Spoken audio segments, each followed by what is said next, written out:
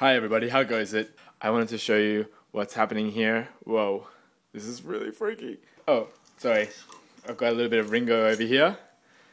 Hi Ringo. Oh, I feel like I'm on a GoPro. It has been an eternity between the time we have last spoken and this moment.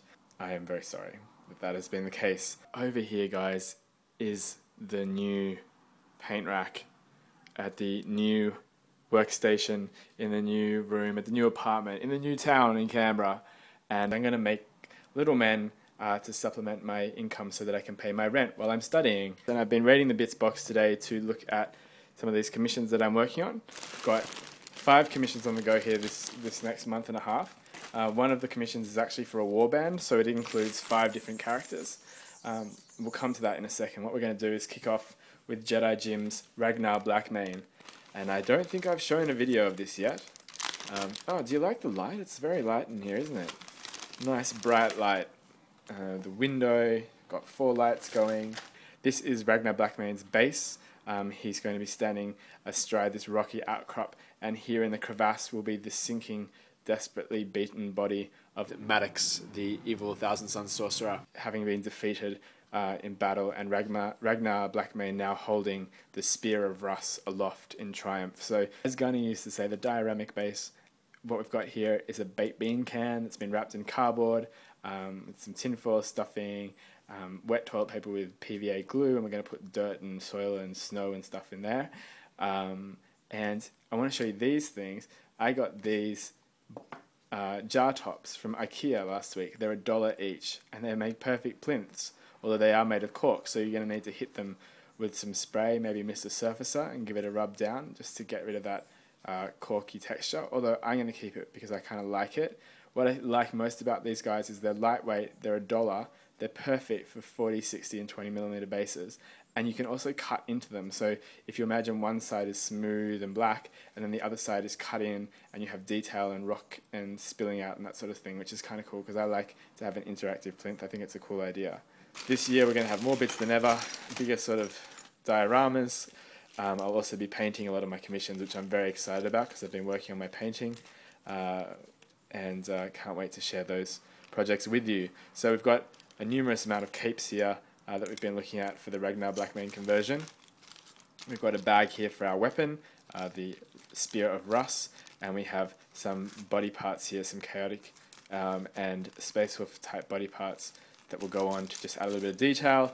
Then we have our Tomb Kings and what is it? A Dark Vengeance Chaos Marine here. I think it's Lord Crown that we'll be using to decorate our base. He apparently clefted his Maddox's helmet in twain, so he plunged a spear into his faceplate, killing him, or so it's said. Apparently he's come back. So what we've done here is done a green stuff mold of the head of Maddox, because we can't really do a good crushed faceplate effect here without doing some carving, and what we want to do is get a bit of an indentation happening. So I'm just going to stab this guy in the face while he's still semi-dry to give me that indentation effect. And we have all different sorts of Terminator bits. Oh, just remember this guy. Gosh, should really finish off that crew.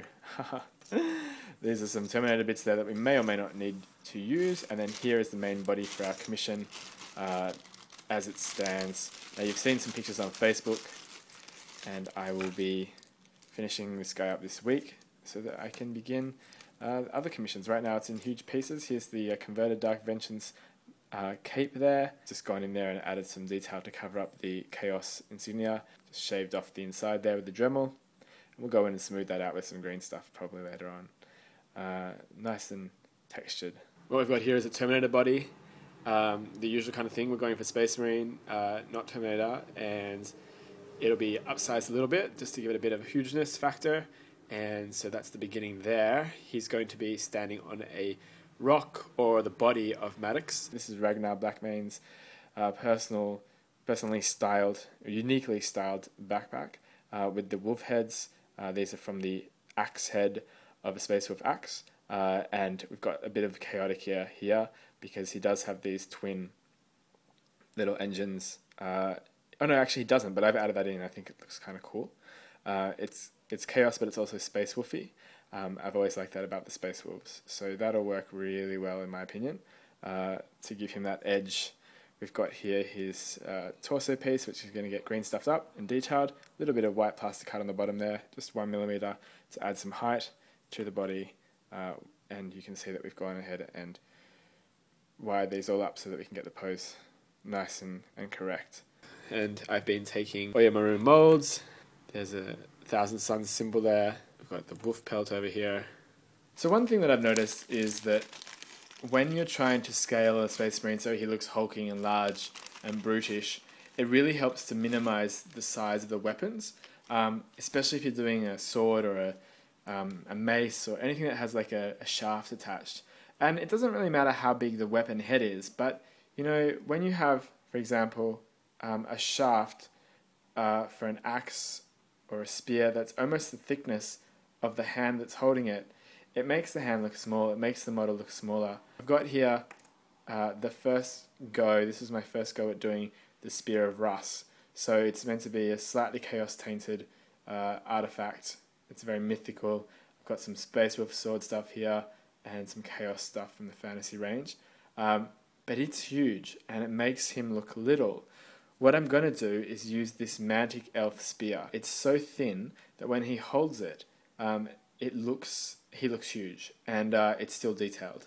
And what I'm going to do is I'm going to top it with this shard from the this shard dagger from the Nurgle Plague Drone kit for Warhammer Fantasy. It's going to look a little something like that, which is how it looks on the cover of one of the one of the Black Library novels. But then we've got a whole bunch of other swords and bits and pommels and pieces, because you never know where these things end up. They chop and change all the time. Oh, I just cut my finger, of course. Then what I need to do is start basing this guy, put him together, and show you guys where it's at. Anyway, so Jedi Jim, thanks very much for your patience, and have an update for you soon. Thanks for watching, guys, and I'll talk to you later.